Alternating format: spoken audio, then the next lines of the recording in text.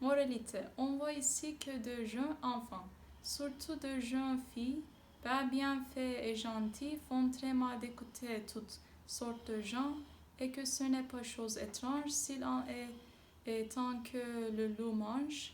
Je dis le loup, car tous les loups ne sont pas de la même sorte, et il en est d'une humeur accorte, sans bruit, sans fiel et sans courroux, qui prévaut complaisant et doux, et suivent les jeunes demoiselles jusque dans la maison, jusque dans les ruelles. Mais hélas, qui ne sait que ces loups doucereux de tous les loups sont les plus dangereux. J'ai choisi les 3 proverbes suivants. Il faut casser le noyau pour avoir le monde. Mieux vaut prévenir que guérir. Qui craint de souffrir, il souffre déjà de ce qu'il craint. Cendrillon. Il était une fois, il y avait un brave homme qui vivait dans un pays lointain avec sa fille. Il se maria avec une veuve pour faire sa petite-fille heureuse, mais malheureusement, il mourut peu après et la belle-mère commença à être très méchante contre sa fille qui s'appelait Cendrillon. Elle la conduisait à la cuisine aux tâches les plus rudes. Elle la faisait coucher au grenier et la malmenait sans cesse.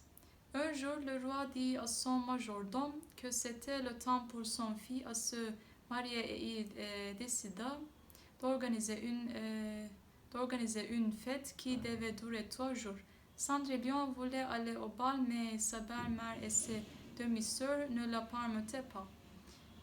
Cendrillon alla au noisetier et commença à pleurer, et alors un oiseau arriva et jeta sur elle une très belle robe avec des pantoufles brodées de suède et d'argent. Quand elle arrivait au bal, le fils du roi la demanda à danser, et il dansa avec Cendrillon pendant toute la soirée, et elle s'enfuit en sautant dans le pigeonnier quand le prince a voulu connaître ses parents.